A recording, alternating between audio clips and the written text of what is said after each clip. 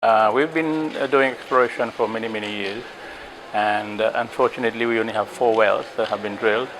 And although in the wells we have identified hydrocarbons, but we have not yet discovered in the economic field. Now we believe if we have the resources, we should explore for it, and if we find something substantial, exploit it for the benefit of the people of the Seychelles. Right now, we import all our petroleum product, and we use petroleum product for the generation of electricity, although we have lately put in place some wind turbines for renewable energies, and we also have PVs, but 95% of our electricity need is through petroleum. So if we can find a product, although we may not refine it locally, but we can send it out to be processed outside the country and then reuse it for power generation.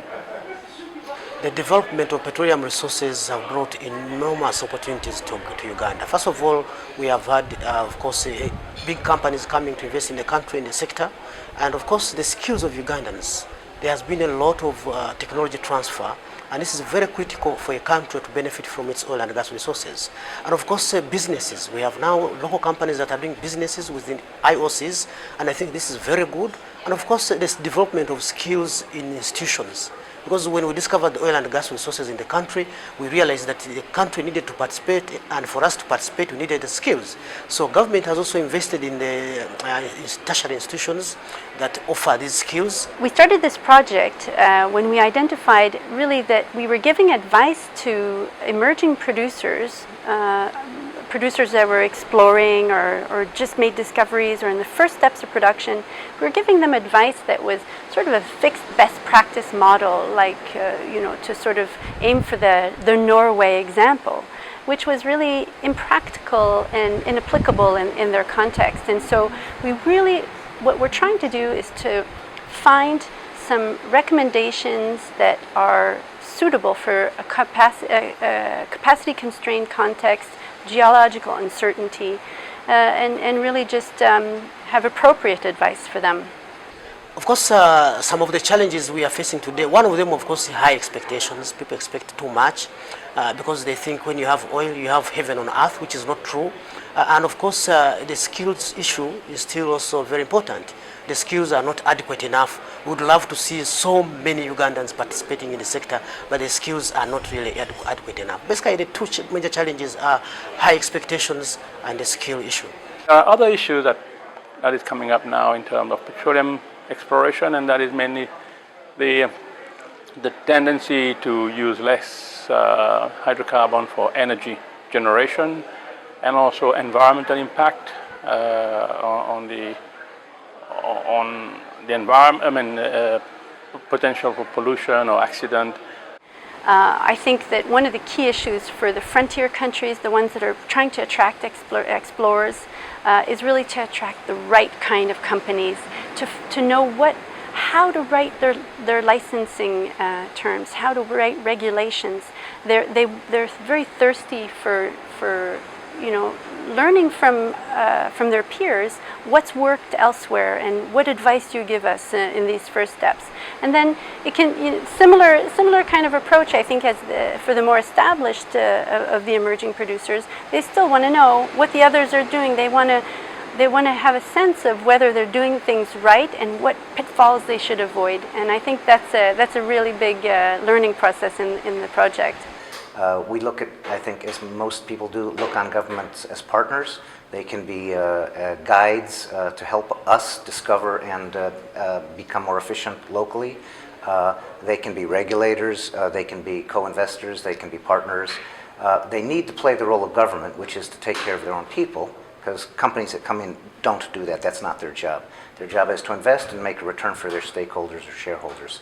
But at the same time, the regulation needs to be respected, and an environment of competition, an environment of healthy competition, one that is weighing the near-term benefit versus the long-term sustainability. These are all important factors for government to take on, and it's important for us as investors and as oil companies, whether we're national or private, to work in harmony together to try to get the most out, the best in over time. So it's a sustainable and it's fun as opposed to work and it's acrimonious. That's none of us likes that.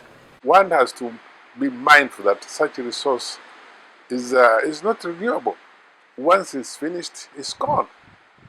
So we need also to sensitize our other colleagues in other departments that we need to tread on this line very carefully, because this resource is finite. It has got an end. So we need to coordinate closer so that we can avoid the resource case.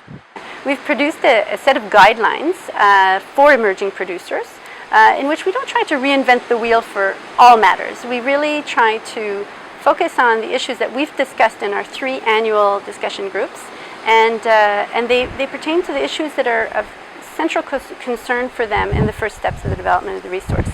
Licensing, maximizing economic returns for the state, maximizing national development, national participation in the sector, and accountability. So these are the kinds of issues that are in the guideline, and they really come from areas of consensus in our discussions. You know, where producers say, this is a strong idea and something we can all rally around, and that becomes a recommendation.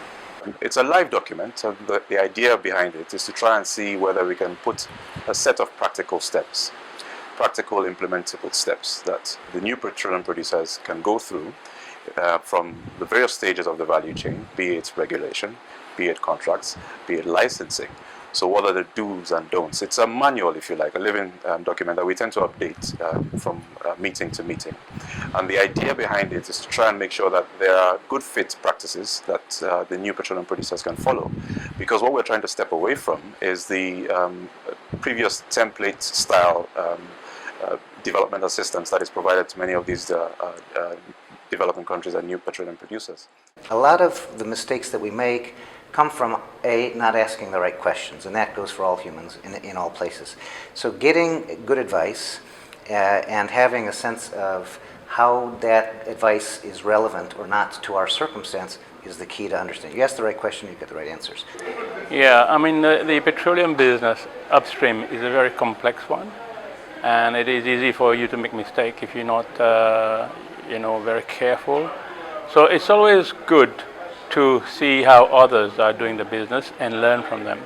It's a very dynamic industry, and you have new technology coming in, new ways of doing things.